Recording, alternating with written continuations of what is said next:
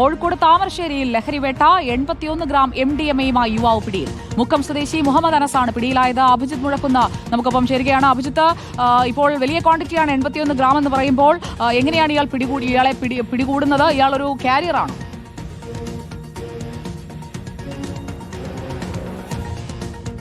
സുജിയ, ബാംഗ്ലൂരിലെ ഒരു സ്ഥാപനത്തിൽ ജോലി ചെയ്യുകയാണ് മുഹമ്മദ് അനസ്. ഇയാളുടെ രീതി ബാംഗ്ലൂരിലെ മൊത്തക്കച്ചവടക്കാരിൽ നിന്ന് MDMA വാങ്ങുക, ശേഷം അത് കേരളത്തിൽ എത്തിച്ച് വിൽപ്പന നടത്തുക, പ്രത്യേകിച്ച് കോഴിക്കോട് എത്തിച്ച് വിൽപ്പന നടത്തുക എന്നുള്ളതാണ് ഇയാളുടെ രീതി.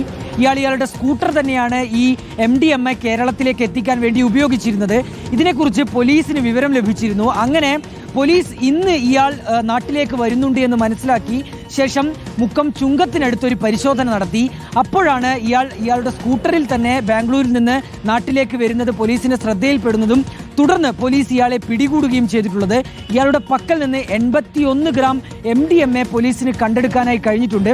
ഏതായാലും ഇയാൾ ഈ MDMA കോഴിക്കോട് വിൽപ്പന നടത്തുകയും തുടർന്ന് അതിൽ നിന്ന് ലഭിക്കുന്ന പണം ആർഭാട ജീവിതത്തിനൊക്കെ ഉപയോഗിക്കുന്നു എന്നാണ് പോലീസ് നൽകുന്ന വിവരം.